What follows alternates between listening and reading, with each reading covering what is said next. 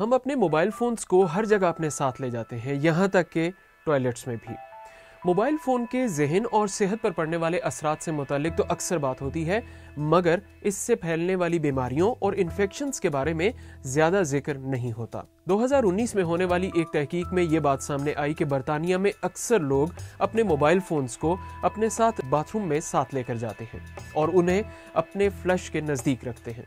लेकिन अगर खामोशी से इस बात का जायजा लिया जाए तो अब यह काम शायद पाकिस्तान में भी होने लगा है। इसी तहकीक की अगर बात की जाए तो इस तहकीक में यह भी कहा गया है कि हमारे ये मोबाइल फ़ोन्स जब हमारे साथ बाथरूम्स में जाते हैं तो वहाँ लगे सिंक से ज़्यादा जरासीम इन पर मौजूद हो सकते हैं और ये उनसे ज़्यादा गंदे हो सकते हैं। ये जाने बगैर कि हमारे फ़ोन्स कितने गंदे हैं और इन पर कितने जरासीम हो सकते हैं, हम ये मोबाइल फ़ोन्स अपने बच्चों को भी दे देते हैं और अक्सर तो हम इन्हीं मोबाइल फ़ोन्स का इस्तेमाल खाना खाते हुए भी करते हैं।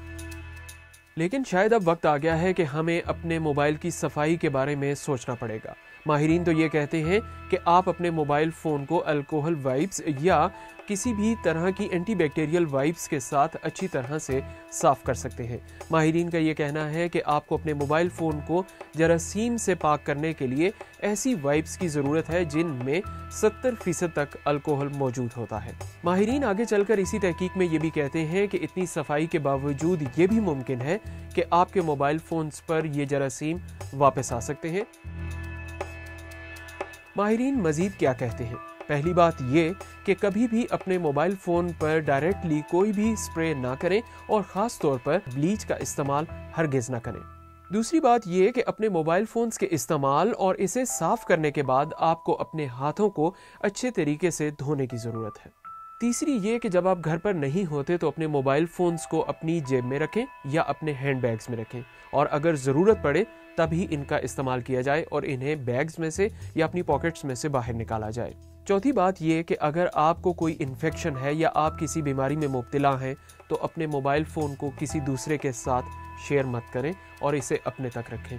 पांचवी बात यह कि अगर आपके बच्चों को मोबाइल फ़ोन से खेलने की आदत और इजाज़त दोनों चीज़ें हैं तो अपने बच्चों को मोबाइल देने से पहले मोबाइल को अच्छे तरीके से अल्कोहल वाइप से साफ़ करें और फिर उनके हाथ में थमाएं। लेकिन मोबाइल फ़ोन के इस्तेमाल के बाद जब आप उनसे मोबाइल ले लें तो बच्चों के हाथ धुलवाना बहुत ज़रूरी है।